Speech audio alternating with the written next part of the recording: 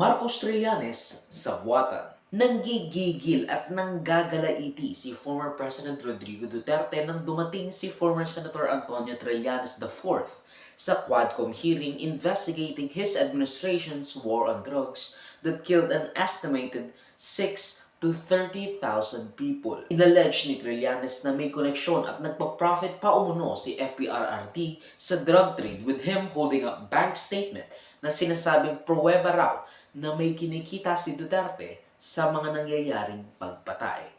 Maraming salamat, Mr. Chairman.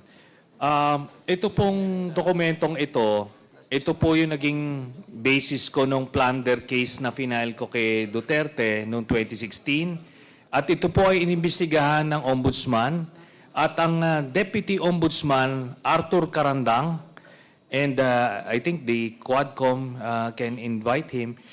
Siya ang nag-conduct ng investigation. Humingi siya ng dokumento sa AMLAC at kinonfirm niya.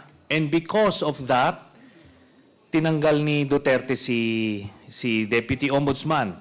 Now, ano rin yan, exempted sa impeachment cases, kaya pwede po lumabas yan, ipepresenta po yan. That's the smoking gun ng proceeds of the illegal drug trade ng Duterte crime family. Now, inambahan pa nga ni FPRRD si FSAPIV dahil nga, pinapakita ang alleged bank account daw niya, yung mga alleged bank statements ni na VP at FP Duterte along with their family. Ang sinasabi ni FSAPIV na nagbibigay ang mga drug lords sa pamilya ni Duterte to disrupt their competitors' business by killing their drug mules o mga pusher tuwing October at April. Maybe even kind of like a racketeering protection thing na ginagawa ng mga gangsters. Wag mong re-raidin to or wag mong papatayin yung mga drug mules ko.